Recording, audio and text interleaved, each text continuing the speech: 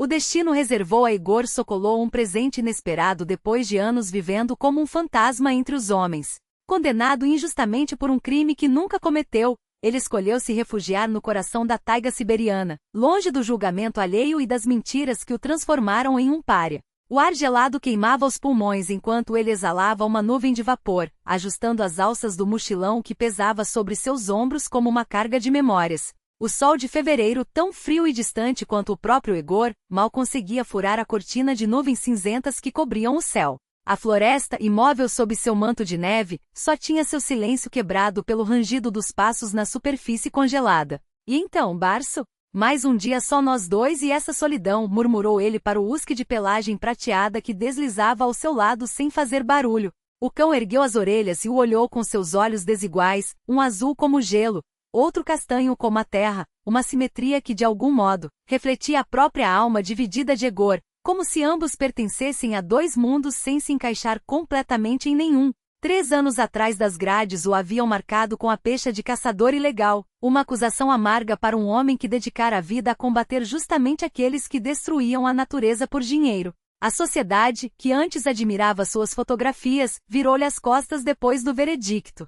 Restaram apenas aqueles ermos nevados, o cão leal e o silêncio de uma cabana abandonada nos confins de uma reserva natural, onde ninguém o incomodava com perguntas ou olhares de desconfiança. A taiga não julgava, não exigia explicações. E por um instante, Egor pensou que talvez fosse melhor assim. Sua mente, porém, o levou de volta a um passado que parecia pertencer a outra vida. Luzes brilhantes de uma galeria de arte, taças de champanhe erguidas por convidados extasiados diante de sua obra-prima. Um tigre do Amur, capturado em um instante de pura intensidade, olhando diretamente para a câmera. Não era apenas um animal.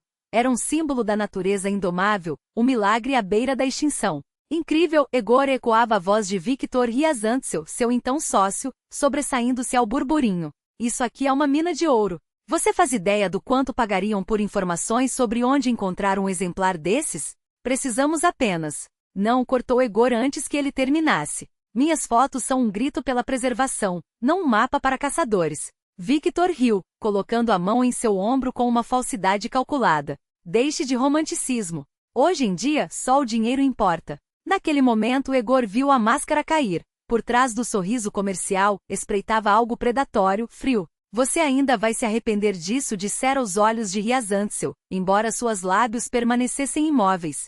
6 meses depois, Egor foi preso, acusado de colaborar com uma rede de caçadores ilegais. As provas eram impecavelmente falsificadas, as testemunhas, ensaiadas à perfeição. Um latido agudo de Barso o arrancou daquele passado. O cão já não caminava ao seu lado, mas parara à distância, olhando alternadamente para ele e para um ponto à direita da trilha batida. O que será? Egor franziu a testa. Barso raramente se desviava do caminho habitual. O husky latiu novamente, mais insistente, e deu alguns passos na direção do mistério, como se convidasse o dono a segui-lo. A mão de Egor instintivamente procurou o cabo da faca de caça. Seriam caçadores? Um animal ferido? Ele avançou atrás do cão, afundando nas camadas mais profundas de neve. Galhos de abetos jovens chicoteavam seu rosto, mas Barso seguia determinado, virando-se de vez em quando para conferir se era seguido. De repente Egor notou algo estranho na superfície imaculada, pegadas pequenas como de crianças e ao lado delas, letras pressionadas na neve por dedos trêmulos. Socorro! Estamos aqui! Seu coração deu um salto. Crianças perdidas na taiga, a 30 quilômetros do povoado mais próximo.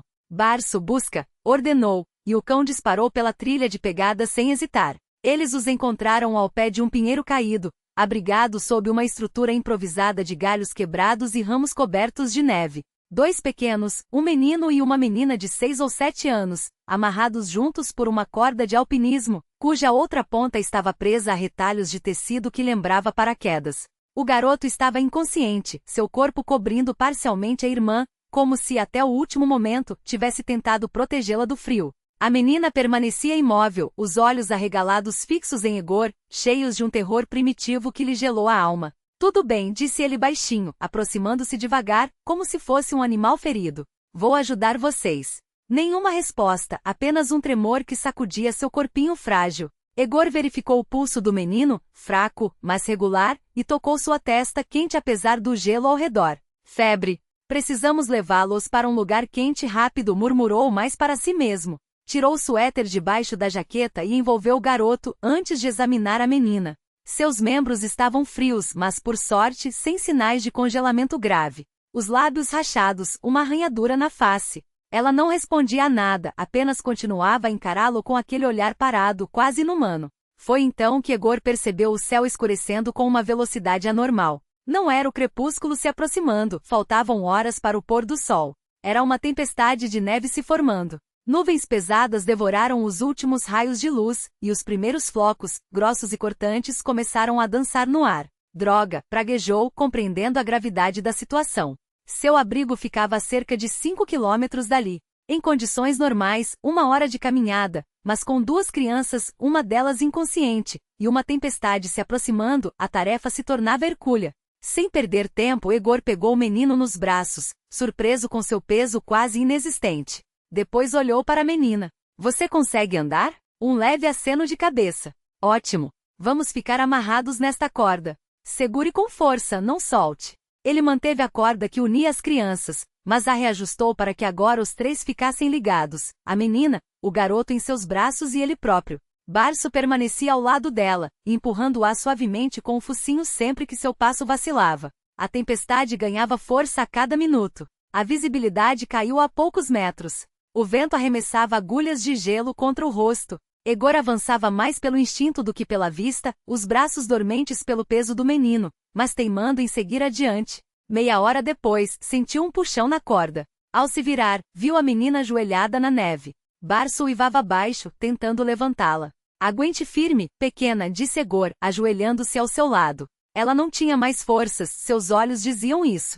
Ele enfrentou então uma escolha cruel. Deixar a menina com Barso e correr com o menino em busca de ajuda, ou tentar carregar os 2. Mas a primeira opção seria uma sentença de morte para ela. Naquela tempestade, ele poderia não conseguir voltar a tempo.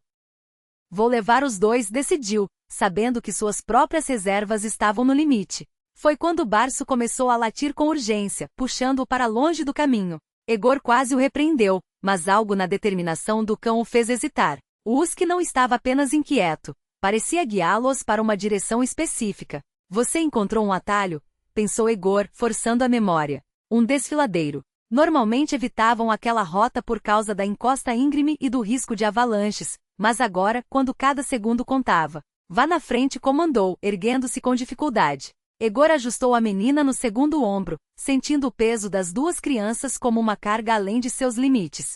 A faca que antes parecia uma extensão de seu braço, agora era um fardo impossível de segurar. Mas algo ancestral, gravado na essência humana, impedia que desistisse. Não eram seus filhos. Não eram sequer conhecidos. Apenas 2 crianças encontradas por acaso na floresta. E, no entanto, o instinto de protegê-las superava o esgotamento, como se o corpo, mesmo à beira do colapso, soubesse que aquilo era mais importante do que a própria sobrevivência. A descida pelo desfiladeiro foi um pesadelo. 2 vezes, Egor quase perdeu o equilíbrio, cambaleando sob o peso duplo, os pés escorregando na neve compactada. Mas Barso, como guiado por uma força sobrenatural, encontrava os trechos menos íngremes, traçando um caminho entre as rochas cobertas de gelo. A cortina branca cegava, o frio penetrava até a medula dos ossos. Quando finalmente alcançaram o fundo do desfiladeiro, Egor já se movia apenas pela teimosia pura. Cada passo era uma facada em músculos exaustos. Não sentia mais as mãos, as pernas obedeciam por inércia, como se pertencessem a outro corpo. Uma única ideia martelava em sua mente: mais um pouco. Só mais um pouco. Os últimos metros até o cordon, o posto avançado onde morava, foram um borrão na memória. Através da névoa branca, as silhuetas familiares de sua cabana emergiram como um milagre. Não sabia como, mas chegou até a porta, abriu-a com as últimas forças e carregou as crianças para dentro. Agindo no piloto automático, deitou-as em sua própria cama, depois cambaleou até o fogão. Lenha, isqueiro, fósforos.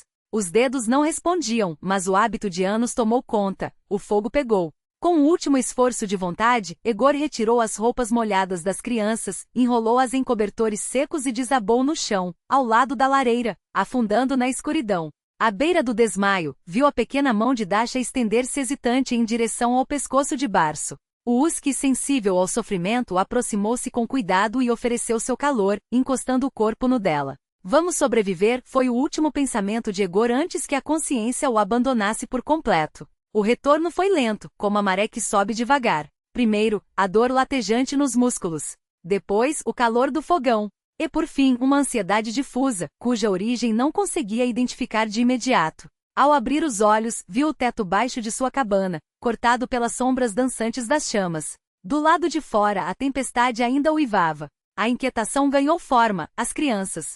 Sentou-se bruscamente e imediatamente fez uma careta de dor. O corpo, castigado pela marcha forçada do dia anterior, protestava contra qualquer movimento. Com esforço virou-se e avistou-os. O menino ainda estava deitado em sua cama, respirando de maneira mais regular, mas ainda inconsciente. A menina Dasha sentava-se ao lado dele, pequena e rígida como uma estátua, as costas retas demais para uma criança. Não se mexeu quando Egor se levantou. Apenas seus olhos alertas, demais adultos para um rosto tão jovem, acompanhavam cada um de seus gestos. Como está seu irmão? Perguntou Egor, forçando a voz a soar suave. Silêncio. Só um leve tensionamento nos ombros magros da menina, como se ela se preparasse para defender o irmão a qualquer custo. Meu nome é Egor. Sou o guardião deste parque. Ele avançou lentamente em direção ao fogão, mantendo distância. Este é Barso, acrescentou, indicando Uski, que permanecia deitado ao pé da cama, sem tirar os olhos de Dasha. O cão emitiu um gemido baixo, mas não se moveu, como se compreendesse a fragilidade daquele momento. Egor alimentou o fogo com cuidado. No inverno de 1998, logo após sua libertação, passou semanas sem trocar uma palavra com ninguém, exceto com Barso. Aquela menina lhe lembrava seu próprio reflexo daquela época. Fechado, desconfiado, marcado por feridas que não se viam. Você deve estar com fome, disse, sem esperar resposta. Vou preparar um chá de brusnica, arando vermelho. Minha mãe sempre dizia que é o melhor remédio depois do frio. Deliberadamente lento para não assustá-la, pegou a lata de folha com os arandos conservados em mel, colocou o chá preto no bule e deixou ferver sobre as brasas. Depois, tirou biscoitos secos e um prato do armário. Todo o tempo, Dasha não desgrudava os olhos dele. Um olhar de filhote acossado, pronto para atacar ou fugir a qualquer sinal de ameaça. Egor conhecia bem aquele olhar, o mesmo que via nos animais presos nas armadilhas dos caçadores ilegais. A confiança, depois de uma traição, é a última coisa que se reconquista. Quando o chá ficou pronto, serviu uma caneca, partiu um pedaço de biscoito e provou ambos na frente dela, demonstrando que não havia perigo. Veja, está tudo bem, disse, colocando a caneca e o prato ao lado da cama. Coma. Isso vai dar forças a você. Dasha observou a comida por alguns segundos, depois olhou para o irmão. Seus olhos revelavam uma luta interna. Finalmente pegou a caneca, mas em vez de beber, aproximou-a dos lábios do menino. Gotinha por gotinha, ela derramava o líquido morno em sua boca, certificando-se de que ele engolia. Algo apertou o peito de Egor. O cuidado pela irmãozinha suplantava até o instinto básico de autopreservação. Quantos anos eles têm? Aparentavam 6 ou 7, uma idade em que outras crianças ainda acreditam em magia e brincam sem preocupações. O menino pareceu reagir ao gosto do chá. Suas pálpebras tremeram. Ele estava com febre, e Egor soube que precisava agir rápido. Procurou em sua mochila um pequeno saco de linho com ervas secas, colhidas no outono, folhas de brusnica, casca de salgueiro e tomilho. Preciso preparar um remédio para seu irmão, explicou a menina. Ele está com febre, entende?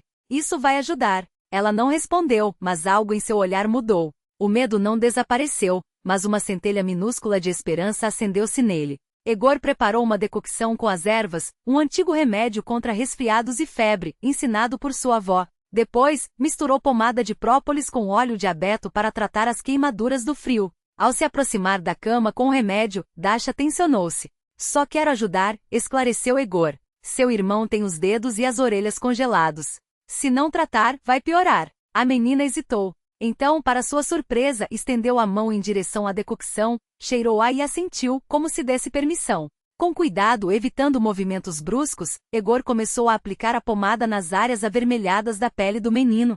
Sentia o olhar atento de Dasha sobre si, vigilante como um guarda noturno. Você cuida muito bem dele, comentou Egor. Ele é seu irmão? Dasha assentiu. São gêmeos? Perguntou, notando a semelhança óbvia. Outro aceno.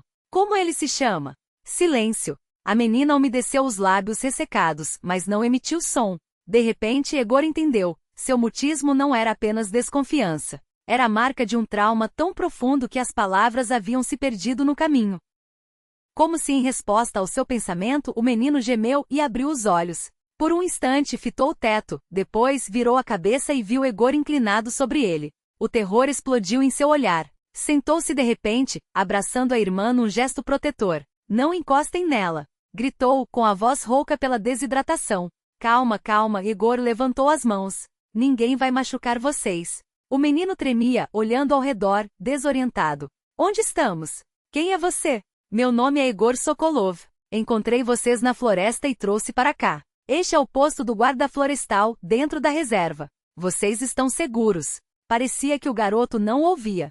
Dasha, ele te fez mal? Perguntou a irmã. Ela balançou a cabeça, e só então o menino relaxou um pouco. Barso, percebendo a mudança no ar, aproximou-se devagar e apoiou o focinho na beirada da cama. Dasha estendeu a mão com cautela, e o cão lambeu seus dedos com delicadeza. Aquele gesto simples pareceu quebrar a última barreira. Lágrimas escorreram pelo rosto do menino. Eu sou Danil, soluçou. Esta é minha irmã, Dasha. Nossa mãe. Ele não conseguiu terminar, sacudido por choro mudo. Dasha abraçou o irmão, e naquele abraço Egor viu toda a profundidade de um vínculo forjado não apenas pelo sangue, mas pela sobrevivência. Dois pequenos seres que, contra todas as probabilidades, haviam se mantido unidos. O mundo parecia conter a respiração. Contra a imensidão de uma taiga que os engolia com seu silêncio branco, as palavras de Danil ecoavam como fragmentos de um quebra-cabeça que Egor não sabia se queria montar. Quando o menino finalmente se acalmou, sua voz trêmula começou a costurar a história entre soluços e pausas carregadas. Uma expedição científica, um helicóptero cortando o céu sobre a floresta densa, o motor que falhou sem aviso. Mamãe gritou para colocarmos o paraquedas, repetia como se as palavras o queimassem. Eram paraquedas de carga de emergência. Ela os amarrara juntos e os empurrara pelo alçapão. Depois, só a queda, longa, interminável, e o choque contra a terra. Eu só me lembro de cobrir Dasha com meu corpo. Depois, só escuridão. Egor ouvia, sentindo o gelo se formar dentro dele a cada sílaba. Mamãe prometeu que ia nos encontrar, acrescentou Danil, com aquela fé cega que só existe em crianças, a mesma que faz acreditar que monstros não existem debaixo da cama e que os pais são invencíveis. Ela sempre cumpre suas promessas. Egor não teve forças para dizer que em um acidente como aquele, nas entranhas de uma taiga sem piedade, as chances de sobrevivência eram quase nulas. Em vez disso, perguntou com a voz mais firme que conseguiu. Como se chama sua mãe? Vera Konstantinova, respondeu o menino. Ela é bióloga, estuda animais raros. Quase sempre nos levava nas expedições. O nome atingiu Egor como um golpe físico. Vera, o nome que ele havia enterrado nas profundezas da memória nos últimos 5 anos, selado como uma ferida que nunca cicatrizou. A última vez que a vira fora em 1994, no tribunal, quando ela gritara para os guardas que o arrastavam após a sentença. Vou provar sua inocência, custe o que custar. A lembrança o invadiu com tanta força que por um instante a cabana, as crianças, a neve do lado de fora, tudo desbotou. Ele revivia a última expedição deles juntos, nas cabeceiras de um rio Taiga, onde haviam descoberto o novo território do Tigre do Amor. A barraca sob um céu estrelado, as conversas sobre o futuro, o modo como ela hesitara na noite anterior à sua partida, como se quisesse dizer algo crucial, algo que nunca chegou a ser dito. Uma semana depois, ele foi preso. Por que você está olhando assim? A voz de Danil o trouxe de volta. Você conhecia nossa mãe?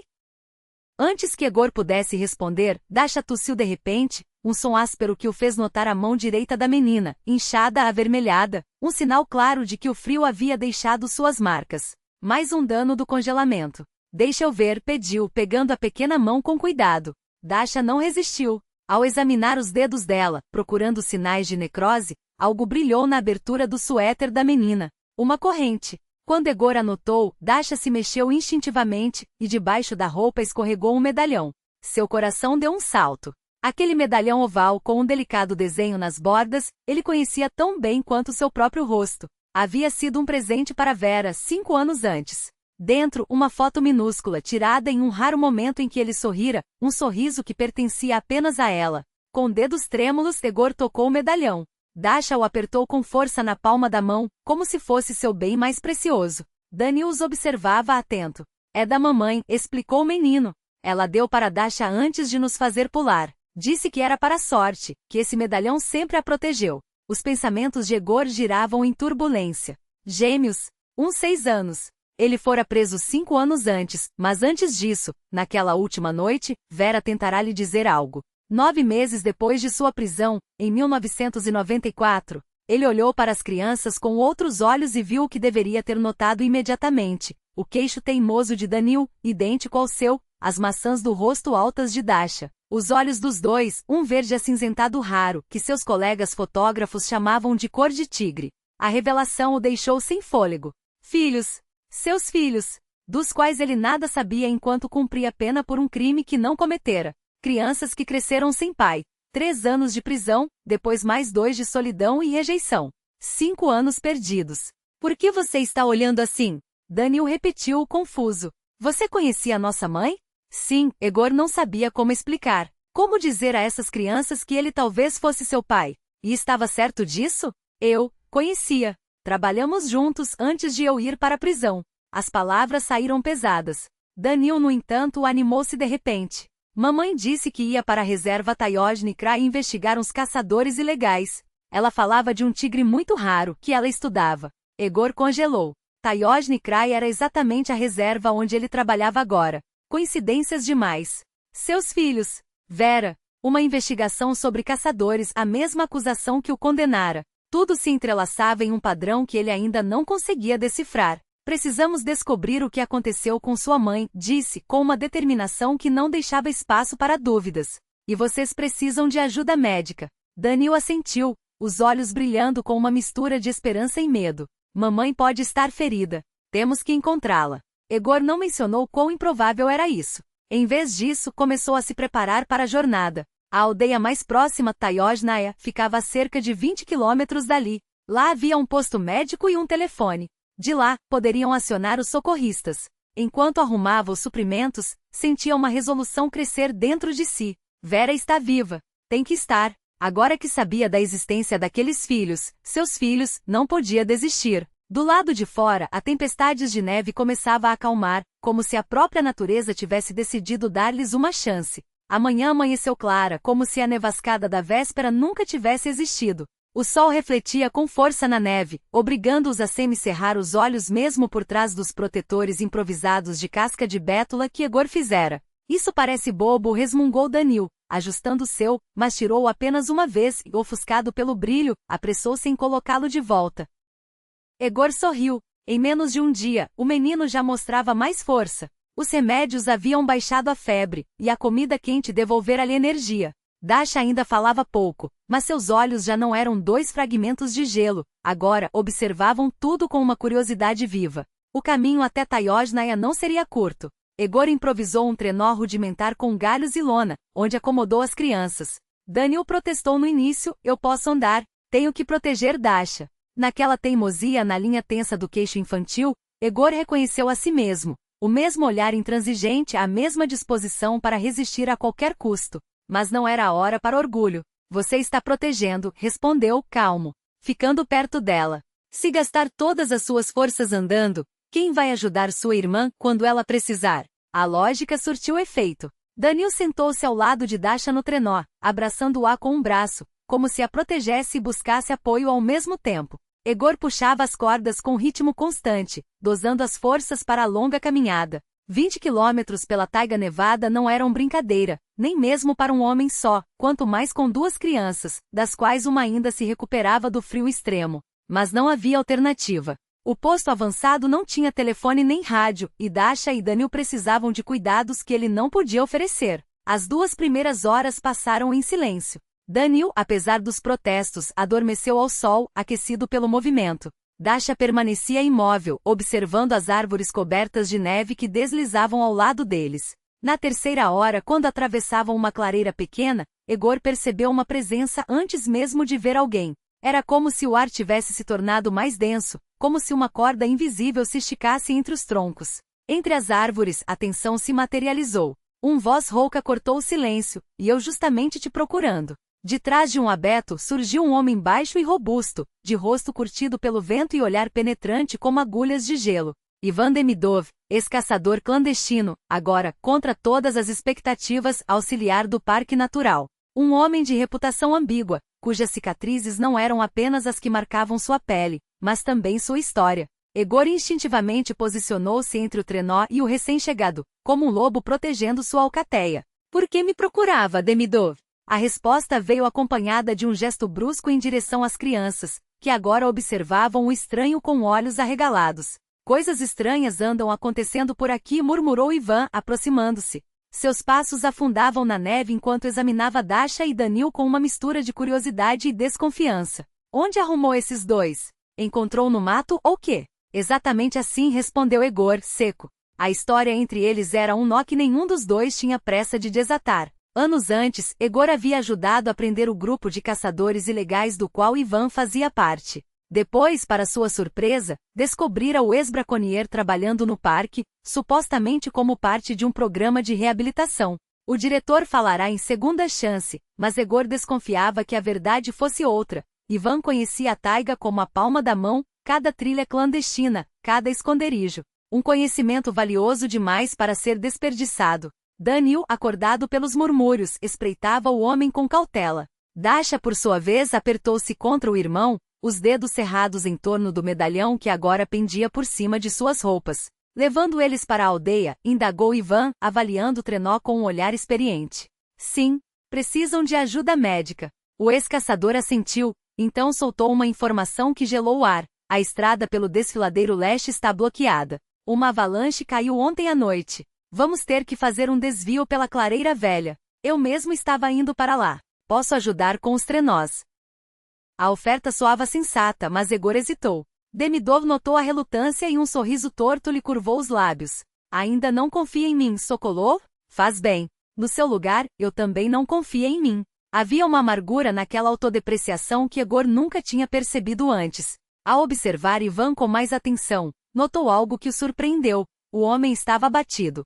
Olheiras profundas sulcavam seu rosto e os ombros, antes eretos como troncos de carvalho, agora pareciam curvar-se sob um peso invisível. O que há com você? Perguntou Egor, sem rodeios. Ivan terminou a frase por ele, com um riso sem alegria. Pareço uma merda, não é? Porque é isso que sou. De repente, ele deixou-se cair sobre um tronco caído e esfregou o rosto com as mãos. Um gesto tão cru de exaustão que até Egor sentiu seu próprio peito apertar. Nasha está muito mal, confessou, a voz rouca. Minha filha. Depois que a esposa morreu, ela é tudo o que me restou. Os médicos diziam que só uma cirurgia em Moscou poderia salvá-la. E o que ficou implícito no silêncio foi mais eloquente do que qualquer palavra: dinheiro. Muito dinheiro que um guarda florestal jamais teria.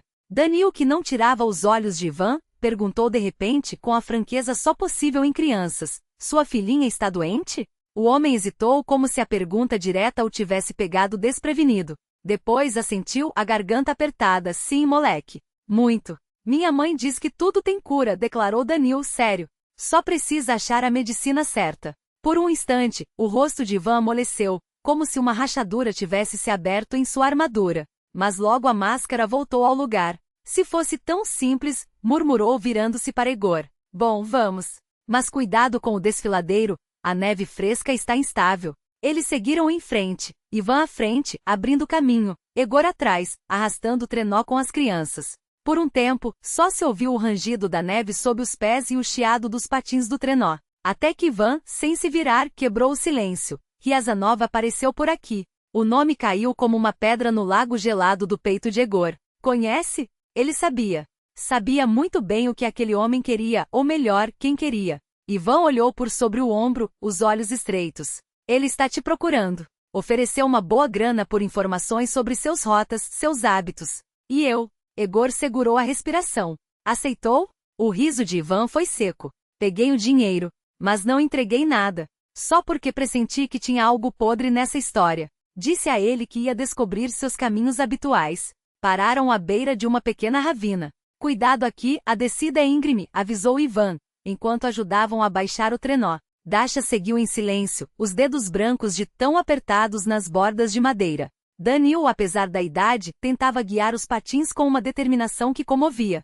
Quando retomaram a marcha em terreno plano, Ivan retomou o assunto à voz baixa. Mas isso não é o pior. Você sabe por que Riazanov está aqui de verdade? Egor negou com a cabeça, sentindo os músculos se tensionarem. Seu ex-sócio estava comprando terras, ou melhor, direitos sobre elas. ali no parque e arredores. Subornar a funcionários da administração regional. Não pode construir em área protegida, objetou Egor. É território federal. Ivan parou, tirou do bolso interno um papel dobrado e o estendeu. Olha, mas com cuidado, é a única cópia. Egor desdobrou o mapa do parque, marcado com círculos e anotações, números, letras, provavelmente códigos cadastrais. Onde conseguiu isso? Riazanov mostrou ao assistente dele quando levei mantimentos para a cabana de caça. Não sabiam que eu estava por perto. Os olhos de Ivan se estreitaram.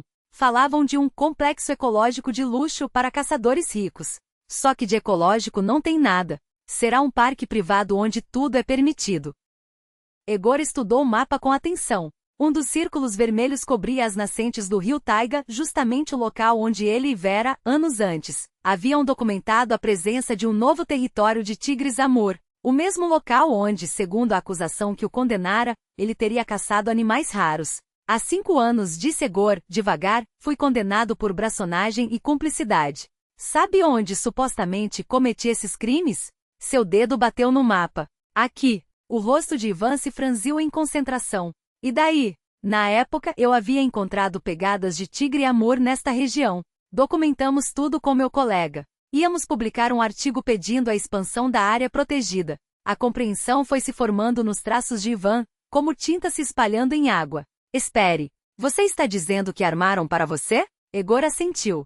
Riazanov era meu sócio nos projetos de fotoexpedições. Quando me recusei a fechar um acordo com caçadores, nos separamos. 6 meses depois fui preso. As provas eram impecáveis, montadas por alguém que sabia exatamente onde eu estive e o que fiz. Filho da puta, sussurrou Ivan. É por isso que ele quer te encontrar? Precisa desse terreno? E eu sou um problema potencial, confirmou Egor. Principalmente agora que saí e voltei a trabalhar aqui. Daniel, que ouvia tudo com atenção, de repente se animou. Vocês estão falando do tigre amur nas nascentes do Taiga? Minha mãe falou sobre ele. Disse que é a população mais ao norte e que foi documentada por... Ele fez uma pausa, franzindo a testa para lembrar, pelo fotógrafo Egor Sokolov. Seus olhos brilharam ao fazer a conexão.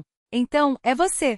Os últimos quilômetros até a aldeia foram percorridos em silêncio, cada um mergulhado em seus próprios pensamentos. Quando os primeiros fios de fumaça de taiga surgiram no horizonte, Ivan falou, quebrando o gelo, não vou te ajudar, Sokolov.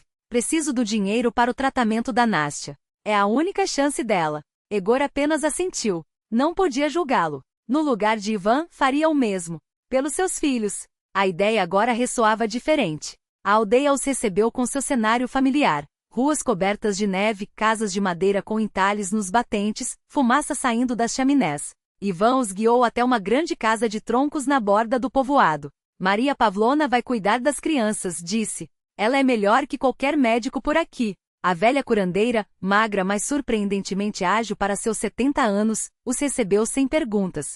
Com um olhar afiado, examinou Dasha e Daniel, indicou onde deitá-los e, sem perder tempo, começou a agir. Maria Pavlovna movia-se com uma precisão que só a experiência de décadas poderia conferir. Misturava ervas secas em um pilão de madeira escura, verificava a temperatura dos chás com os dedos calejados, trocava compressas nas testas das crianças com gestos firmes, mas gentis. Egor observava de lado, fascinado pela autoridade silenciosa com que ela agia, como se cada movimento fosse parte de um ritual antigo, transmitido de geração em geração. Ivan, enquanto isso, havia desaparecido sem um som, como se temesse que mais perguntas o obrigassem a revelar o que preferia manter oculto. Crianças boas, a murmurou a curandeira, finalmente quebrando o silêncio enquanto ajustava o cobertor sobre Dasha. As fortes sobrevivem. Daniel, já sentado na beira do leito de palha, apoiava o queixo nas mãos e acompanhava cada ação de Maria Pavlovna com olhos arregalados, como se assistisse a um milagre. Dasha, embora ainda tensa, permitia que as mãos ágeis da velha limpassem seus arranhões, sem resistir.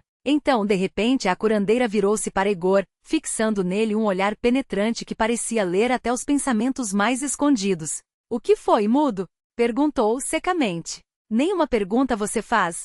Ele se sobressaltou como se acordasse de um transe. A senhora ouviu falar do acidente com o helicóptero da expedição científica? Indagou a voz rouca. Essas crianças dizem que a mãe delas estava a bordo. Maria Pavlovna soltou um suspiro longo, como se carregasse o peso de más notícias. Como não ouvir? Respondeu balançando a cabeça. Há 3 dias, a aldeia toda não fala de outra coisa. Fez uma pausa, os olhos sombrios. Coisa ruim. Caiu longe, lá nas cabeceiras do rio. Os socorristas mal conseguiram chegar. Ela baixou a voz, como se temesse que as palavras atraíssem mais desgraça. Mas sobreviventes há. 3 vivos restaram. Um homem e 2 mulheres. Foram levados de helicóptero direto para o hospital regional. Daniel saltou do lugar, os olhos brilhando com uma esperança que parecia doer. Minha mãe está viva? Gritou, a voz trêmula. Nossa mãe está viva. A velha olhou para ele com uma ternura inesperada, como se visse nele não apenas uma criança, mas o eco de alguém que já havia perdido muito. Se sua mãe é Vera Constantinova, confirmou com um aceno lento, então sim, está viva. Dizem que era a chefe da expedição. O menino lançou-se sobre Dasha, abraçando-a com força, enquanto a irmã, pela primeira vez desde que Egor a conhecera, deixava as lágrimas escorrerem sem contê-las. Não de dor, não de medo, mas de algo tão raro quanto frágil, alívio. Dasha não disse nada. Não precisava. Seus dedos, antes sempre crispados, agora se afrouxavam lentamente sobre os ombros do irmão, como se, pela primeira vez em dias, ela permitisse a si mesma acreditar que o mundo ainda poderia ser menos cruel. Você deveria ir até a cidade, disse Maria Pavlovna a Egor, sem rodeios. Ela precisa de família, e mais ainda em estado assim. As crianças não podem fazer uma viagem dessas, objetou ele, a testa franzida. Precisam de repouso. Então deixe-as comigo, retorquiu a velha, como se a ideia fosse a coisa mais natural do mundo. Não é a primeira vez que cuido de pequenos. Seus olhos, afiados como lâminas, saltaram de Egor para Daniel, depois de volta para Egor, como se decifrassem um enigma antigo. Seu sangue, declarou categórica. Os olhos entregam. Egor não negou. As palavras da curandeira apenas confirmavam o que ele já suspeitava desde o primeiro olhar trocado com Daniel. Aquele menino carregava algo seu, não apenas nos traços, mas na teimosia, na maneira como enfrentava o mundo, como se já soubesse que a vida não dava nada de graça. Crianças assim precisam de cuidado, continuou Maria Pavlovna, enquanto enrolava um novo curativo com mãos hábeis. E você tem o que fazer, faça o que deve. Egor assentiu, mas dentro dele ardia um conflito que ameaçava consumi-lo. Ir até Vera, a mulher por quem havia esperado anos, que agora estava ferida, sozinha, talvez à beira de perder a esperança. Era um chamado que doía como uma ferida aberta. Mas abandonar a taiga, deixar o parque vulnerável às garras de Ryazantsev, seria trair tudo em que ela própria acreditava. Vera não perdoaria se ele desertasse da luta que era, afinal, a razão de sua vida. Ele saiu para a varanda, buscando o ar gelado da noite para acalmar os pensamentos, e só então percebeu que Daniel o seguirá, silencioso como uma sombra.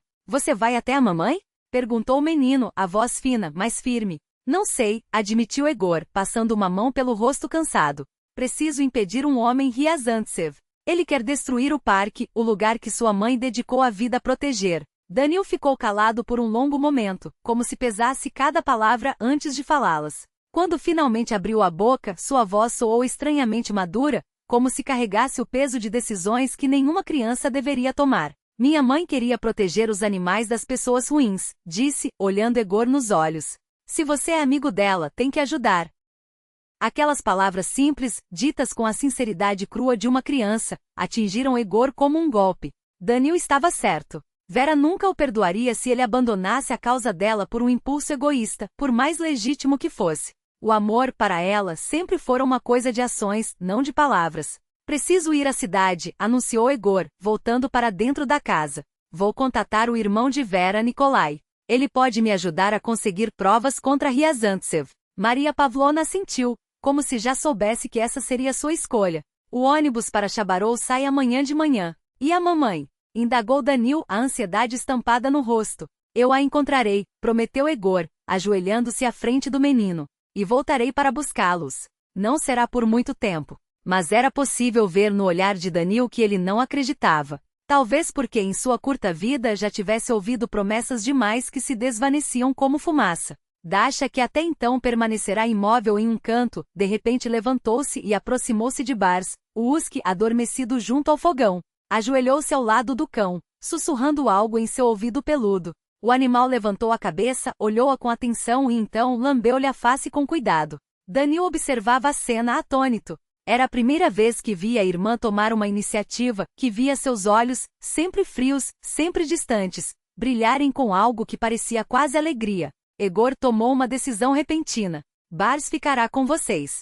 As crianças olharam-no, confundidas. Ele os protegerá enquanto eu estiver fora, explicou. E será um lembrete de que eu voltarei. Bars nunca abandona quem ama. Dasha, sem dizer nada, afundou o rosto na pelagem do cão, abraçando-o como se ele fosse o último pedaço de segurança em um mundo que insistentemente tentava tirá-la dela. Quando finalmente levantou os olhos para Igor, não havia mais gelo em seu olhar. Havia algo novo, algo que se assemelhava à confiança. E foi isso, mais do que qualquer outra coisa, que o aterrorizou. Porque Egor sabia que mais do que as ameaças de Ryazantsev, mais do que a taiga ou a distância, o que ele não poderia suportar seria trair aquela confiança frágil, recém-nascida. Não depois de tudo que aquelas crianças já haviam perdido. Glus eram um mar de dúvidas, mas nos olhos dela, mesmo através da exaustão e da dor, ardia uma centelha de algo que não se apagava, a certeza. A mesma certeza que a fizera desafiar um agente de seguros com conexões perigosas, a mesma que a mantinha viva apesar dos ossos quebrados e das ameaças veladas.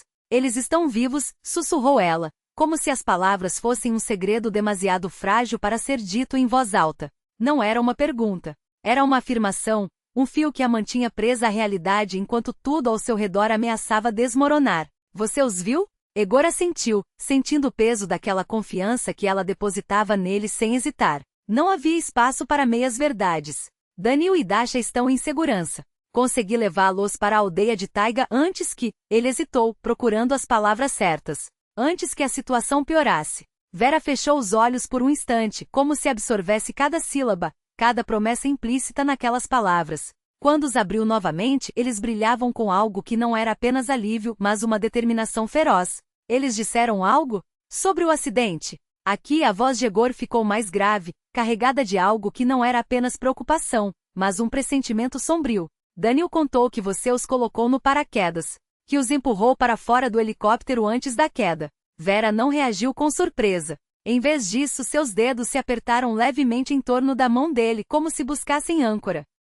Eu sabia que algo estava errado, admitiu, a voz baixa, mas firme. Havia homens no helicóptero que não deveriam estar lá. E Ryazantsev, ele não queria que eu chegasse ao Zapovednik, não com aquelas provas. Nicholai, que até então observava em silêncio, cruzou os braços.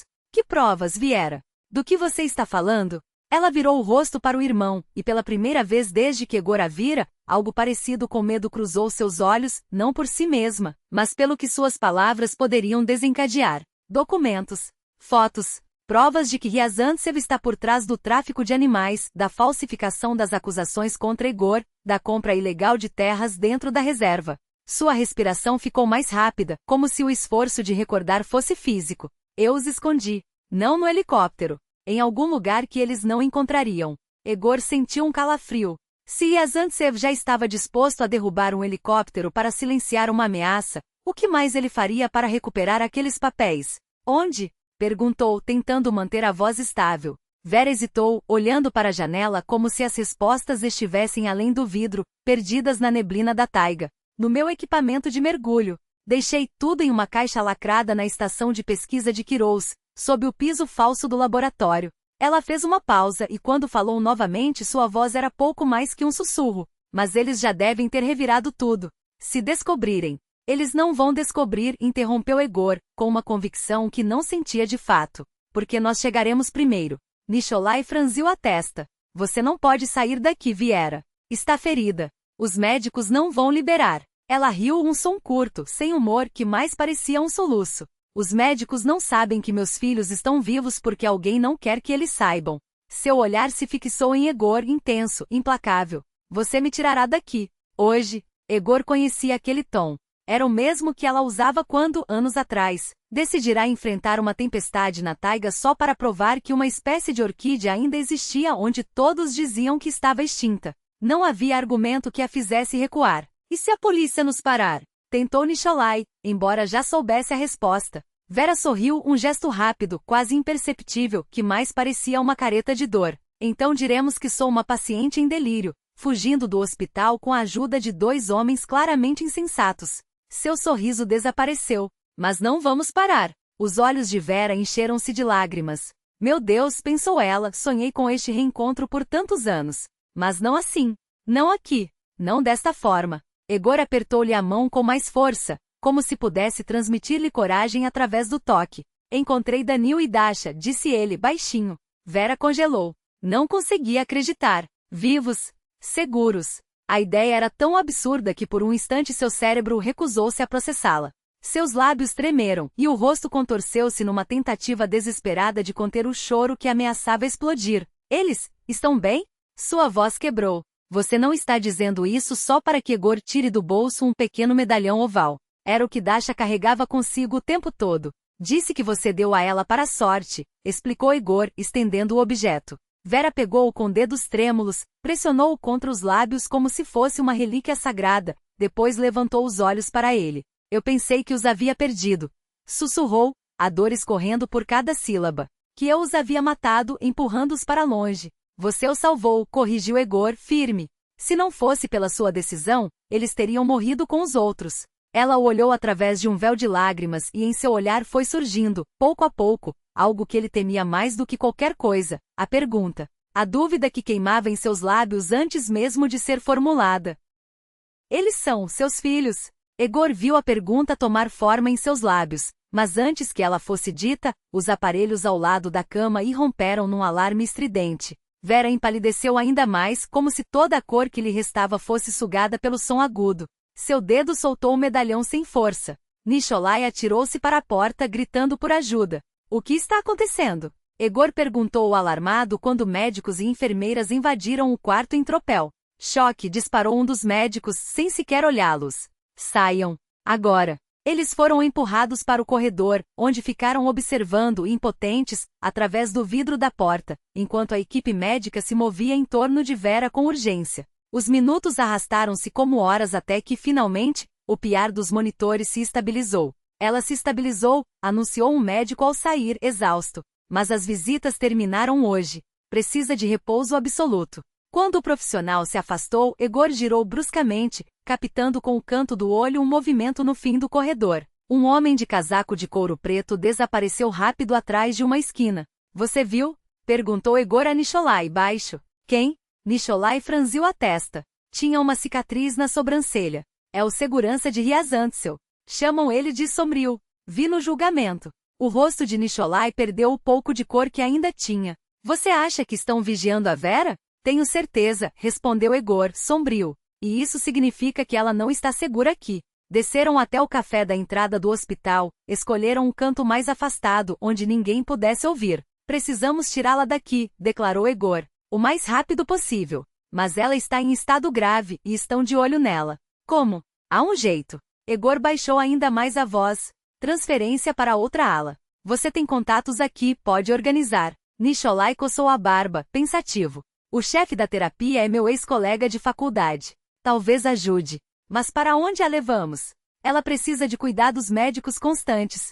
Para a aldeia da Maria Pavlovna, disse Egor. Lá estão as crianças. É o último lugar onde iriam procurá-la. O plano era arriscado, mas não havia alternativa. As horas seguintes foram um turbilhão de preparativos febris. Nicholai acionou seus contatos e organizou uma transferência oficial de Vera para outra ala. Egor conseguiu um carro com tração nas 4 rodas, essencial para enfrentar as estradas esburacadas da floresta. Tudo estava pronto ao anoitecer. Um auxiliar, um homem quieto, de olhos cansados, bem pago por Nicholai, deveria retirá-la por uma saída de serviço, onde a aguardariam para levá-la de carro. Está tudo pronto, sussurrou o auxiliar. Saia para o estacionamento no horário combinado. Mas então veio o aviso gelado. A paciente está preparada para transporte, mas há um problema. Egor sentiu um calafrio. Qual? 2 homens vigiam a porta. Um se apresentou como parente, o outro como funcionário da seguradora. Não saem de lá. Egor e Nicholai trocaram um olhar. Vamos tentar mesmo assim, decidiu Egor. Estejam prontos em 10 minutos. Posicionaram-se perto da saída de serviço, esperando o auxiliar aparecer com a maca. Os segundos pareciam horas. De repente a porta se abriu, mas em vez do auxiliar e de Vera, 2 homens armados e robustos irromperam. Egor reconheceu imediatamente o segurança de cicatriz. Corram! Gritou, empurrando Nicholai para trás do prédio. Balas silvaram a centímetros deles. Egor teve tempo de ver, através da janela, o rosto apavorado do auxiliar. Traição! Alguém havia avisado os homens de Ryazantsev. Correram pelo pátio do hospital, esquivando-se entre carros. Uma bala atingiu Nicholai no ombro. Ele gritou, segurou o ferimento, mas continuou correndo. Egor apontou para um Opel amarelo mal estacionado, seu meio de fuga. Conseguiram chegar ao carro antes que os perseguidores os alcançassem. Pneus cantando, motor rugindo, arrancaram em disparada. Mas não por muito tempo. No retrovisor, Egor viu um jipe preto saindo pelos portões do hospital. Eles vão vigiar todas as saídas, arfou Nicholai, pressionando um lenço ensanguentado contra o ombro. Não chegaremos à aldeia. Egor tomou uma decisão instantânea. Não iremos pela estrada. Conheço um caminho pela taiga até meu posto de vigilância. É arriscado. Mas é nossa única chance, completou Nicholai pálido. Aceleraram pela rodovia, ganhando distância dos perseguidores, até que depois de 15 quilômetros, viraram numa estreita trilha florestal quase invisível. A escolha significava um risco ainda maior para Nicholai, ferido, e para todos eles, lançados na taiga invernal sem preparo. Mas não havia alternativa. Estavam sendo caçados. E precisavam sobreviver, por Vera, pelas crianças, pela verdade que haviam enterrado por tanto tempo. A taiga de março os recebeu com uma armadilha traiçoeira. O degelo diurno transformava a neve em uma lama viscosa, que à noite congelava numa crosta cortante como lâminas. Riachos, ainda ontem presos no gelo, agora transbordavam furiosos, bloqueando o caminho. Egor ia à frente abrindo trilha, virando-se frequentemente para checar seus companheiros. Nicholai, com o ombro mal enfaixado, aguentava-se por pura força de vontade, sem uma queixa. Vera, que precisava de apoio a cada passo, apoiava-se num cajado improvisado,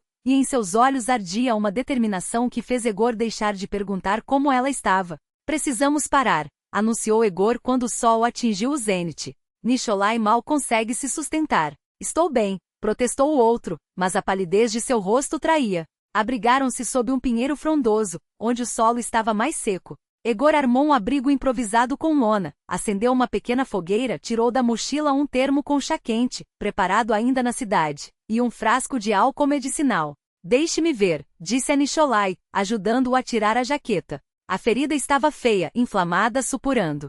Precisava ser desinfetada. Nicholai cerrou os dentes quando o álcool queimou a carne exposta. Vera, observando o procedimento, interrompeu. 2 quilômetros a leste deve haver um riacho com celidonia nas margens. Se colhermos a raiz, dá para fazer uma cataplasma. Egor olhou para ela, surpreso. Você se lembra da localização exata das plantas na taiga? Um sorriso fraco tocou seus lábios. Há 6 anos guio expedições por aqui. Sua voz era um fio. Quase como estar em casa. Casa? A palavra ecoou no peito de Egor. Em 5 anos de solidão, ele havia se acostumado a chamar de lar apenas seu posto perdido na floresta. Mas agora, olhando para Vera, entendeu de repente que seu verdadeiro lar sempre esteve onde ela estivesse. Vou buscar a celidonia, disse, levantando-se. Descansem. E não percam a vigilância. Vera segurou seu braço antes que ele se afastasse. Precisamos conversar, Egor. Ele parou, sentindo o peso daquilo que vinha por aí, a conversa que ao mesmo tempo desejava e temia. Sobre as crianças, lhe esclareceu ela, como se lesse seus pensamentos. Daniel e Dasha, seus filhos. Eu entendi isso quando vi o medalhão, respondeu ele em voz baixa. E os olhos deles? Meus olhos. Vera desviou o olhar, como se o peso daquela verdade a esmagasse por dentro. Eu deveria ter lhe dito antes do seu arresto, mas tudo aconteceu tão de repente, e depois já era tarde. Nicholai, percebendo a delicadeza do momento, levantou-se com esforço visível. Vou juntar mais alguns galhos secos. Afastou-se discretamente, deixando-os a sós. Egor sentou-se ao lado de Vera no tronco caído, a madeira úmida da floresta impregnando suas roupas. Por que você não veio me procurar depois que sai da prisão?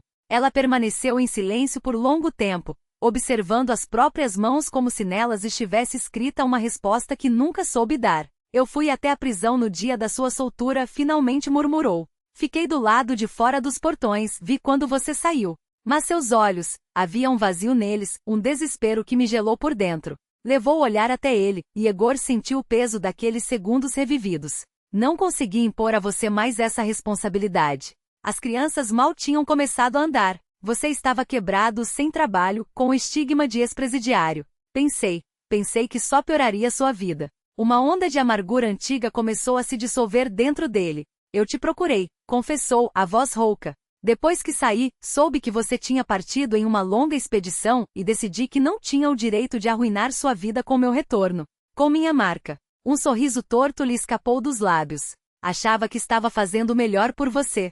Agora vejo que fui um tolo. Vera tocou sua mão com cautela, como se temesse que ele se desmanchasse ao menor contato. Ambos erramos, Egor, mas ainda não é tarde para consertar as coisas por causa das crianças.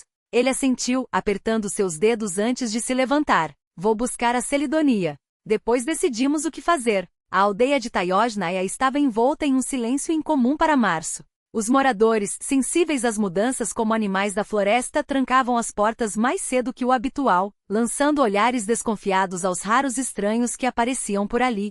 Ivan Demidov sentava-se junto à janela de sua casa, os dedos batendo nervosamente na mesa de madeira. Sobre seus joelhos, um envelope grosso com dinheiro, o adiantamento dado por um homem de Ryazantsev. Um maço de notas, a primeira parte do pagamento pela informação sobre as crianças. A segunda parcela, muito maior, chegaria quando ele levasse aqueles homens até os gêmeos.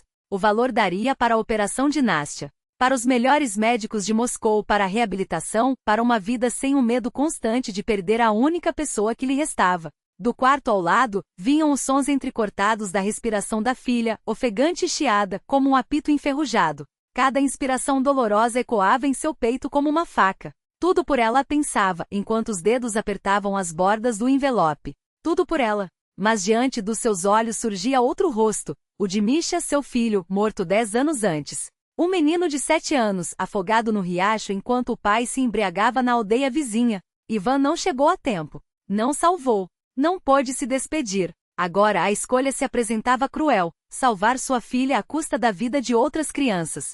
O que Ryazantsev faria com os gêmeos? No melhor dos casos, os mandaria para um orfanato. No pior, um arrepio percorreu sua espinha quando Nastya tossiu no sono. Levantou-se, ajustou o cobertor sobre o corpo frágil da menina, observando seu rosto pálido, os traços afiados pela doença. Perdoa-me, Nastienka, sussurrou, a voz quebrada. Seu pai está fazendo a escolha errada novamente. Escondeu o envelope debaixo do assoalho, abriu o baú e retirou uma velha espingarda de caça. Limpou-a com cuidado, os movimentos mecânicos, como se o corpo já soubesse o que a mente ainda resistia em aceitar. As munições estavam em uma lata de manteiga vazia, enferrujada pelo tempo. A decisão estava tomada. Ajuda-las-ia, mesmo que isso custasse a última chance de salvar sua filha. Danil acordou com um som estranho. Bars arranhava a porta com as patas, uivando baixo, mas insistente. O menino sentou-se na cama com cuidado, tentando não acordar a irmã, que dormia ao seu lado. Mas Dasha já estava desperta. Seus olhos brilhavam na escuridão, alertas. O que foi? Sussurrou Danil, indicando o cachorro com um movimento de cabeça. Ela não respondeu, mas seu olhar estava carregado de uma preocupação que ele nunca tinha visto antes. Danil escorregou para fora da cama e se aproximou de Bars, colocando a mão sobre as costas tensas do animal. Você sente algo? Perguntou, como se o cachorro pudesse entender. E de alguma forma sentiu que sim. O husky virou a cabeça, fitando-o com um olhar quase humano. Depois afastou-se da porta e correu até a janela que dava para o quintal, voltando a uivar, desta vez com mais urgência. O menino aproximou-se em pontas de pés e espiou pela fresta entre as cortinas. À luz da lua cheia, viu um carro desconhecido estacionado na entrada da aldeia. Duas silhuetas moviam-se lentamente pela rua, parando diante de cada casa. Seu coração disparou. Não sabia quem eram aqueles homens, mas algo dentro dele gritava, vieram por eles. Voltou para junto da irmã. Precisamos ir embora, sussurrou, a voz trêmula, mas firme. Lá fora tem pessoas estranhas. Elas estão nos procurando. Dasha abriu os olhos bem grandes, mas não demonstrou medo. Em silêncio começou a se vestir, movendo-se como uma sombra sem fazer barulho. Precisamos encontrar mamãe e Egor, disse Danil, abotoando a jaqueta com determinação. Bars vai nos ajudar. Parou quando Dasha de repente pronunciou com clareza, sim.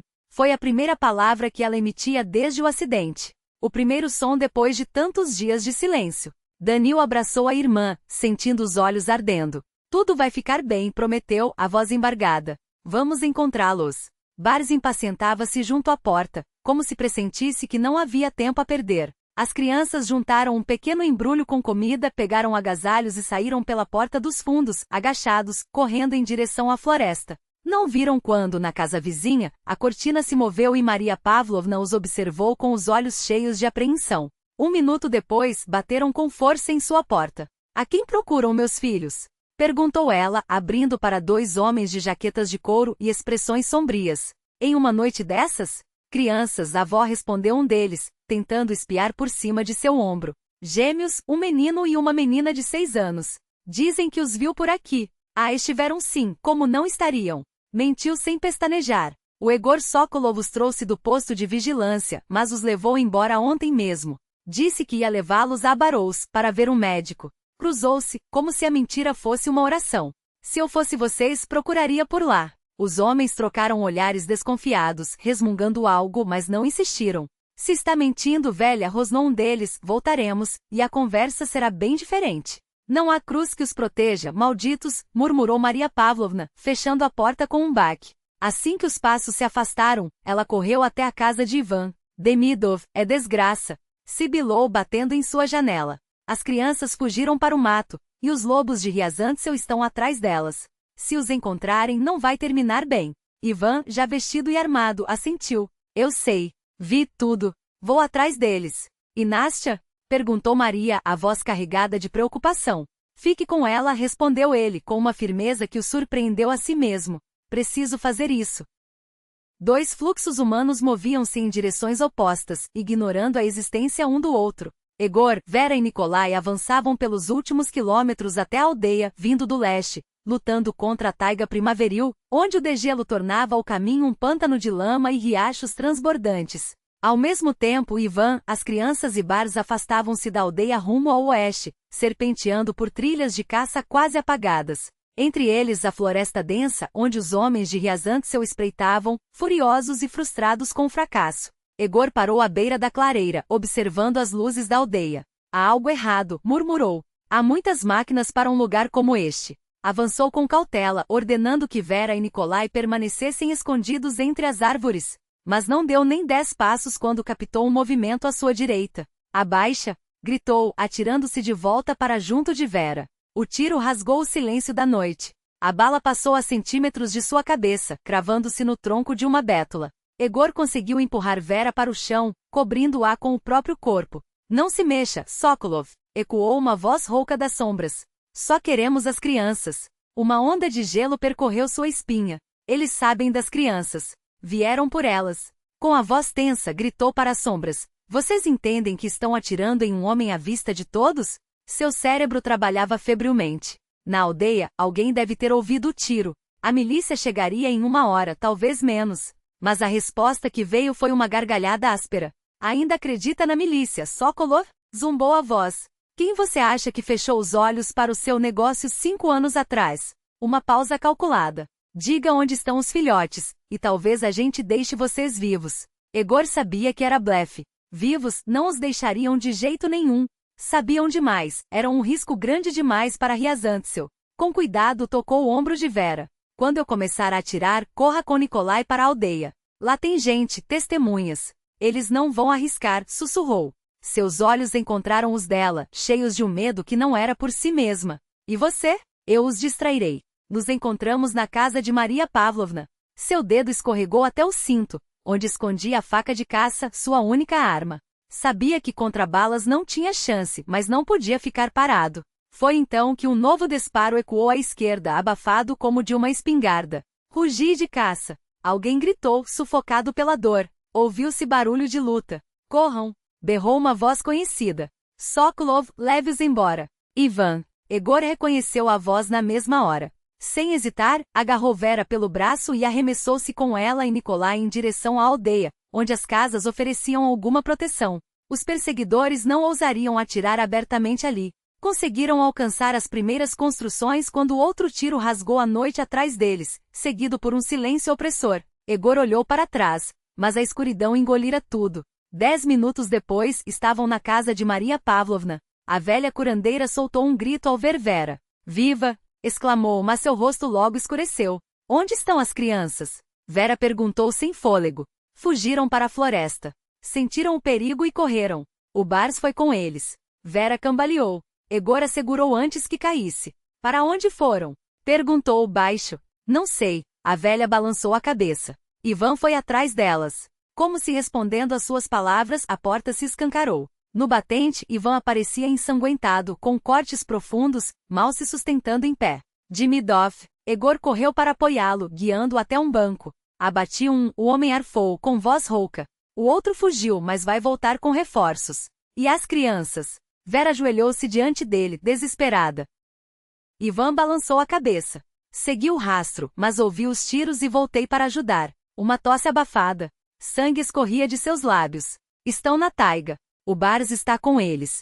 Marquei o lugar onde perdi o rastro. Egor entendia. As feridas de Ivan eram fatais. Muito sangue e danos graves demais. Uma tempestade está se formando. Ivan forçou as palavras com esforço visível. Se não os encontrarem antes da noite. Vera apertou as mãos até doer. Meu Deus, não pode ser. Não agora, quando estamos tão perto. Com um gesto fraco, Ivan tirou do bolso um papel dobrado e o entregou a Egor. Aqui, um mapa. Marquei todas as trilhas secretas dos caçadores, todos os abrigos na taiga. Se as crianças se esconderam, é lá. Egor desdobrou o papel. Uma carta topográfica comum, mas coberta de anotações em vermelho, passagens ocultas, cabanas de caça, lugares para se proteger do mau tempo. Obrigado foi tudo que conseguiu dizer. Ivan o chamou mais perto. Salve as crianças, e a minha Nastya, se puder, sussurrou. Seus olhos estavam claros, sem medo. Só a serenidade de quem fez a escolha certa. Minutos depois, Ivan Demidov parou de respirar. Maria Pavlovna fechou-lhe os olhos, fazendo o sinal da cruz que Deus o receba, murmurou. Expiou seus pecados. Lá fora, o vento uivava. A nevasca começava a se levantar. Vera estava junto à janela, tentando enxergar através do branco turbilhão. Temos que ir, disse, firme. Agora? Nesse temporal?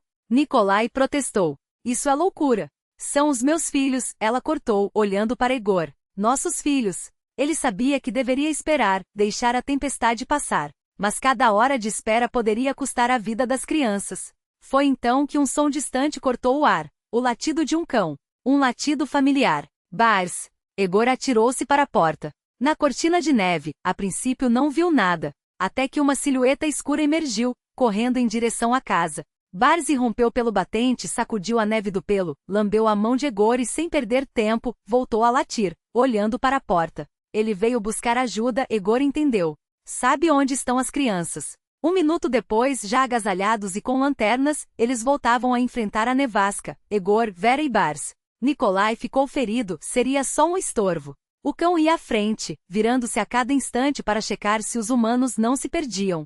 O vento açoitava seus rostos com cristais de gelo, a visibilidade era quase zero, mas Bars os guiava com segurança, contornando buracos cobertos de neve, evitando trechos onde a água derretida espreitava sob a superfície congelada. Vera avançava com as últimas forças, cada passo uma batalha. A dor nas costelas a transpassava, mas a proximidade dos filhos lhe dava energia. Dania? Dasha repetia em voz baixa como uma prece. E Egor respondia como um juramento, estamos chegando. Aguentem. Até que entre o redemoinho branco surgiu um vulto, uma cabana de caça quase engolida pela neve. Bars, que os conduzira incansavelmente pela tempestade, parou diante da porta torta. Virou-se para eles e deu um latido imperioso como se dissesse, chegamos. Egor ajudou Vera a subir os degraus congelados.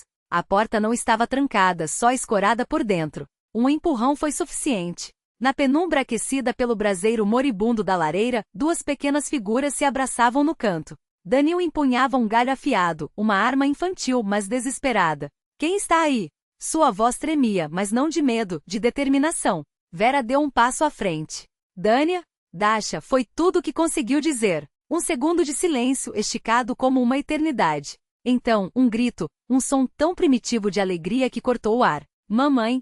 Danil jogou o galho no chão e se atirou contra as pernas de Vera. Dasha hesitou como se não acreditasse nos próprios olhos, mas em seguida seguiu o irmão.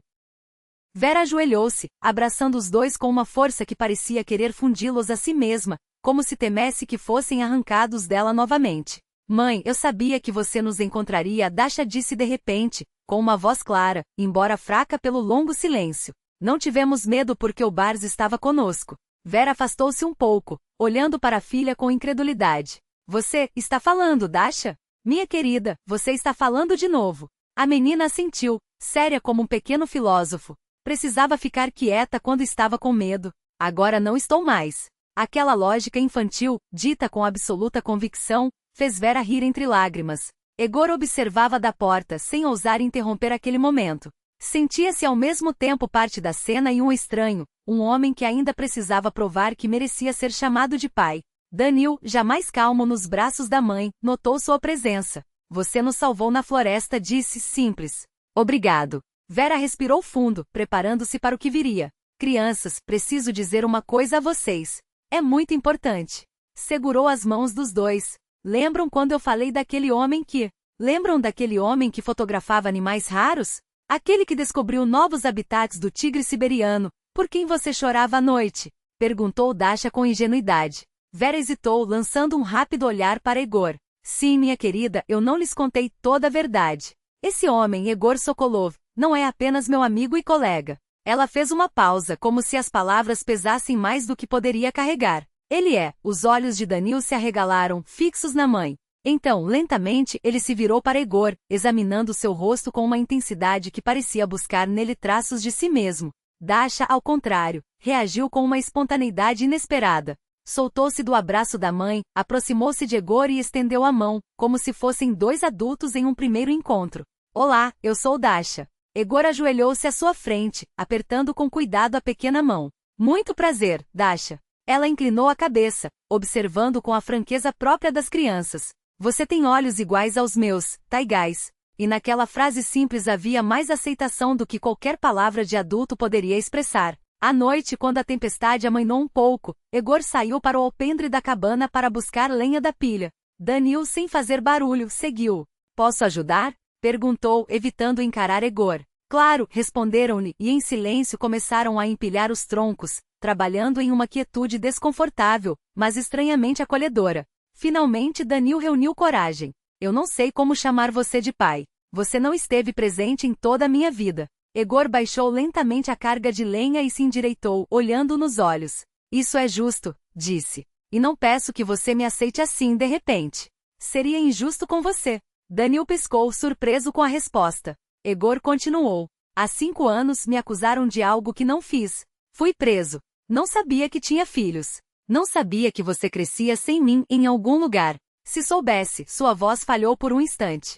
Teria feito tudo para estar ao seu lado. Minha mãe disse que você é uma boa pessoa, murmurou Danil, ainda incerto. Que protege os animais dos caçadores ilegais. Eu tentei, respondeu Egor, simples. E continuarei tentando. E também tentarei estar ao lado de vocês. Não peço que me aceite agora, Danil. Só, nos dê uma chance de nos conhecermos. O menino olhou além do ombro de Egor para a taiga coberta de neve. Egor, isso é normal? Uma onda de calor invadiu o peito do homem. Egor, repetiu, sorrindo. Isso é ótimo. Em Charous, Nikolai Konstantinov, suportando a dor no ombro ferido, estava sentado na redação do jornal regional. Sobre a mesa, fotografias e documentos, os mesmos que Vera havia reunido para provar a inocência de Egor. Isso é uma bomba, disse o editor, um homem de rosto marcado pelo tempo e olhar afiado de quem já vira de tudo. Se tudo se confirmar, não é só um escândalo de corrupção. É um crime ecológico em escala federal. Tudo se confirmará, afirmou Nikolai seguro. Temos assinaturas, carimbos, fotos do Ryazantsev com caçadores conhecidos. E a tentativa de eliminar a expedição científica também não ficará sem provas. Em 1 hora, os documentos foram enviados por telefax para uma publicação nacional e para um canal de televisão estatal. Em 3 horas, uma equipe de jornalistas já estava a caminho da reserva Taigi Krai. Ryazantsev soube do vazamento por um informante na polícia. Seu rosto, geralmente impassível, contorceu-se de fúria. Comecem agora, ordenou ao telefone. Sim, apesar do tempo. Derrubem tudo conforme o plano e depois ateiem fogo. Não pode sobrar vestígios. Quando seu assistente tentou argumentar que os moradores locais poderiam resistir, Ryazantsev riu com cinismo. Quem vai perguntar a eles? Quando a burocracia acordar, já será tarde. Vou pessoalmente, desligou e virou-se para a janela. Do outro lado do vidro, as luzes noturnas de Charous brilhavam, uma cidade da qual ele já havia se apoderado de grande parte. Taigi Krai seria a joia de sua coroa, um território de caça de elite para aqueles para quem a lei não existia. E nada, nem um ex-presidiário, nem crianças, nem denúncias, o impediria. Ao amanhecer, a nevascada havia cessado. Egor, Vera e as crianças chegaram à aldeia, onde os aguardava uma notícia triste. Ivan Demidov não resistira aos ferimentos. Mas havia também um motivo para alívio. Conseguiram falar com Nikolai, que informou sobre o envio dos documentos à imprensa. Em breve estará em todos os canais, disse ele pelo telefone. Mas Ryazantsev não desistirá tão fácil. Fiquem alertas. Egor nem teve tempo de responder. Um caçador local irrompeu na cabana ofegante. Eles estão derrubando a floresta, gritou. Dentro da reserva, 2 equipes com motosserras e maquinário. E alguém ateou fogo perto do Medzi Raspadok. Vera empalideceu. Lá estão os ninhos das aves ameaçadas, e a toca da tigresa com os filhotes. Egor tomou uma decisão instantânea. Vera, fique com as crianças. Vou reunir as pessoas. Mas Danil deu um passo à frente firme. Vou com você, disse, a voz não tremia. Minha mãe sempre disse que a natureza precisa ser protegida. Vou ajudar. Egor quis protestar, proibir, mas no olhar daquele menino, seu menino, havia uma determinação que o fez apenas assentir. Ao meio-dia, cerca de 30 pessoas se reuniram na borda da reserva, moradores locais, guardas florestais dos postos vizinhos, até alunos do ensino médio da escola da aldeia. Armados com forçados pás e varas, formaram uma barreira humana, bloqueando o caminho das máquinas que devoravam a floresta virgem. Isso aqui é uma reserva federal, gritou Egor para o chefe dos lenhadores. Qualquer desmatamento é proibido. Nós temos autorização, retrucou o homem agitando um papel, assinado e carimbado. É falsa, cortou Egor, e você sabe disso. Enquanto discutiam, um helicóptero apareceu no céu. Nele, os jornalistas da televisão central, os mesmos para quem Nikolai havia enviado os documentos. Quando as câmeras se voltaram para a devastação ilegal, os trabalhadores começaram a desligar as máquinas. Ninguém queria ser flagrado em uma operação criminosa. Nesse momento, uma coluna de fumaça subia do Medzi Raspadok. Egor, deixando os jornalistas filmarem o equipamento abandonado, liderou parte do grupo para apagar o incêndio nascente. Danil não se afastou um só instante, ajudando a carregar água e jogar terra sobre as chamas. Seu rosto sujo de fuligem brilhava com uma determinação pura, aquela que só as crianças têm, quando ainda não conhecem meios termos com a maldade. Olhem! Gritou um dos guardas, apontando para a encosta. Entre a fumaça, sombras se moviam, animais da floresta fugindo do fogo. Num clarão entre as árvores, algo pequeno e claro reluziu. Um filhote de veado! Exclamou Danil. Ele não vai conseguir sair. O caminho estava bloqueado por uma faixa de chamas. Os adultos hesitaram, avaliando o risco, mas de repente Dasha se esgueirou entre a multidão, havia-o seguido sem que ninguém notasse. Bars! Chamou ela com voz clara. Vá buscá-lo. O Husky sacudiu as orelhas como se duvidasse do que ouvia, mas algo no tom da menina o fez obedecer. Lançou-se através da fumaça, esquivando-se das línguas de fogo com agilidade. Por alguns minutos angustiantes, todos prenderam a respiração. Então, do meio da fumaça surgiu Bars, empurrando com o focinho um filhote de veado trêmulo e desorientado. Os guardas florestais correram para ajudá-lo, envolvendo o animal em cobertores. Como você fez isso? Perguntou Egor, atordoado. Olhando para a filha, Egor viu Dasha encolher os ombros com a naturalidade de uma criança. Eu só pedi, explicou ela, como se fosse a coisa mais óbvia do mundo. Bars entende tudo. Seus olhos refletiam a mesma certeza que ele via em Daniel, mas suavizada por uma sabedoria intuitiva, quase ancestral. De repente Egor sentiu um calor no peito, uma onda de orgulho por aqueles 2 seres tão diferentes e ao mesmo tempo tão extraordinários. Era como se, naqueles instantes de caos, eles revelassem uma força que ele próprio havia esquecido existir. Até o anoitecer, as chamas foram finalmente controladas. Egor observou Daniel sujo de fuligem, carregando baldes de água ao lado dos adultos com uma determinação que não condizia com seus poucos anos. O rosto pequeno do menino estava marcado pela fumaça, mas os olhos brilhavam com a mesma teimosia indomável que Egor reconhecia em si mesmo quando criança. Em certo momento, o garoto quase se meteu em perigo, correndo para ajudar os guardas a resgatar filhotes de animais de uma área sufocada pela fumaça. Egor o interceptou a tempo, segurando-o pelos ombros com firmeza. Não pode, disse com voz intransigente. É perigoso demais. Mas tem um animal lá, protestou Daniel, os olhos ardendo de frustração. Eles vão sufocar. Aqueles olhos teimosos, tão parecidos com os seus, fitaram-no com uma intensidade que o fez recuar. Pela primeira vez, Egor sentiu o peso real da paternidade, não como um fardo, mas como um privilégio. Não era apenas sangue que os unia, era algo mais profundo, uma conexão forjada no fogo daqueles dias. Enquanto os jornalistas gravavam imagens que logo seriam transmitidas para todo o país, restava ainda um assunto pendente. Ao voltar para a aldeia, Egor notou um carro preto estacionado à beira da estrada, junto à floresta. Ao lado do veículo, uma figura que ele reconheceria entre milhares. Victor Ryazantsev, impecável como sempre, com o mesmo rosto bem cuidado, a postura confiante e o casaco caro que nunca pareciam envelhecer. Sabia que você viria, disse Ryazantsev, com um sorriso que mais parecia uma arma. Sempre foi um idealista previsível. E você sempre foi um covarde por trás de uma máscara, retrucou Egor, sem rodeios. Só que antes disfarçava melhor. Ryazantsev riu, um som seco e calculado. Não finja ser santo, Egor. Todos nós fazemos escolhas. Eu escolhi dinheiro e poder. Você escolheu passarinhos e bichinhos. Ele fez uma pausa teatral. Quem de nós, afinal, foi mais prático? Aquele que consegue olhar seus filhos nos olhos sem vergonha, e respondeu Egor, sem pestanejar. Algo tremeu no olhar de Ryazantsev.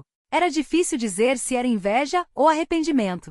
Você sempre achou que poderia mudar o mundo com suas fotos, murmurou com um tom amargo que não combinava com sua postura habitual. Enquanto eu mudava de verdade com ações com dinheiro. Ele hesitou, como se lutasse contra palavras que não queria soltar. Sabe, às vezes invejei você. Essa sua integridade, ou seja lá o que for. Você sempre soube quem era e o que queria. Sua voz se perdeu. Ele apenas acenou com a mão como se descartasse o próprio passado. Coloquei um homem inocente na prisão. Tentei matar uma expedição científica. Quase destruí suas crianças. Encolheu os ombros. Custos do negócio, como se diz. Para mim foi pessoal, disse Egor, baixinho. Foi então que 2 viaturas da milícia e um carro com o emblema do Ministério da Ecologia surgiram na estrada, levantando poeira. Ryazantsev tensionou os músculos, os dedos crispando-se ao lado do corpo. O que é isso? Perguntou, embora já soubesse a resposta. Aquilo que você chama de custos do negócio, respondeu Egor, sem tirar os olhos dele. Você será acusado de desmatamento ilegal, caça predatória, falsificação de documentos e tentativa de homicídio. Temos todos os documentos que Vera reuniu e os depoimentos das testemunhas. O rosto de Ryazantsev endureceu quando os policiais se aproximaram com algemas. Ele não resistiu. Apenas lançou um último olhar para Egor, um olhar que, pela primeira vez, não era de desprezo, mas algo próximo a um respeito relutante. Se este caso despertou seu interesse por histórias reais de coragem, justiça e as batalhas silenciosas que moldam destinos, nosso canal é o lugar certo para você. Aqui, cada narrativa é uma janela para vidas que enfrentaram provações extremas, seja a luta de um único homem contra um sistema corrupto, como Egor, ou a resistência daqueles que se recusam a se curvar diante da injustiça. No final deste vídeo, você encontrará uma lista de reprodução completa com todos os nossos relatos, organizados para que possa explorar desde os perfis mais inspiradores, de pessoas que transformaram dor em força, até as histórias de amor que desafiaram limites aparentemente intransponíveis. Cada uma delas carrega lições sobre resiliência, escolhas e o peso das consequências. Não deixe de se inscrever para acompanhar as novas investigações e desfechos que ainda estão por vir, porque no fim das contas são essas histórias, de derrota ou triunfo, que nos lembram. Por trás de cada decisão, há um preço a ser pago. E por trás de cada batalha, uma verdade esperando para ser revelada.